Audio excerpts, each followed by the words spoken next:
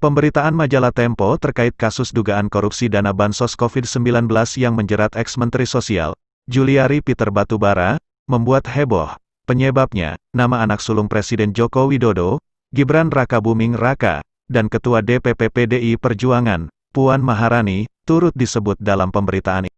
Namun demikian, Pemret majalah Tempo, Wahyu Diatmika, memastikan, penyebutan itu sudah berdasarkan hasil investigasi dan verifikasi berlapis. Laporan ini berawal dari penetapan Menteri Juliari Batubara sebagai tersangka di KPK. Laporan ini dipersiapkan sekitar 2 minggu. Sejak Menteri Juliari ditetapkan sebagai tersangka, ujar Wahyu Diatmika, dalam keterangannya melalui sebuah video yang diterima redaksi, Senin, tanggal 28 Desember tahun 2020.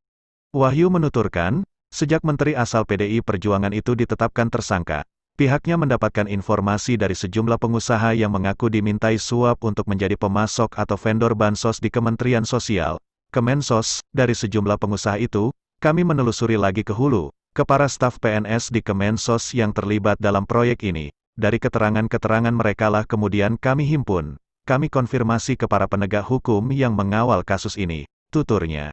Inilah petikan video yang diterima 86 Channel pada Senin tanggal 28 Desember tahun 2020. Jelaskan, laporan ini berawal dari penetapan Menteri Juliari sebagai tersangka di KPK. Dari situ kemudian kami mendapatkan bahan awal dari sejumlah pengusaha yang mengaku dimintai suap untuk menjadi pemasok atau vendor bansos di Kementerian Sosial. Dari sejumlah pengusaha itu kami menelusuri lagi ke hulu, ke para staf PNS di Kementerian Sosial yang terlibat dalam proyek ini. Dari keterangan-keterangan mereka lah kemudian kami himpun, kami konfirmasi ke para penegak hukum yang mengawal kasus ini. Jadi nama-nama yang muncul maupun kronologis kejadian yang muncul itu semuanya berasal dari penelusuran kami di lapangan, dan memang disebutkan oleh narasumber-narasumber yang kami temui. Narasumber-narasumber yang kami temui tentu kami cek latar belakangnya, apakah memang cukup kredibel untuk menyampaikan keterangan yang mereka katakan. Sebagai contoh, ketika nama Gibran misalnya disebut, itu tidak hanya muncul dari 2 sumber yang kami kutip. Ada satu sumber lagi yang tidak kami cantumkan yang memang juga menyebut nama yang bersangkutan. Tetapi karena kadar verifikasinya menurut kami tidak layak, nama si sumber ini tidak kami cantumkan.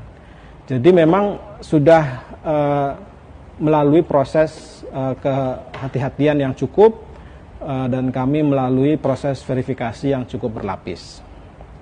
Nah, adapun proses konfirmasi, dalam proses konfirmasi kami akui kami tidak berhasil mendapatkan jawaban dari Gibran maupun Puan.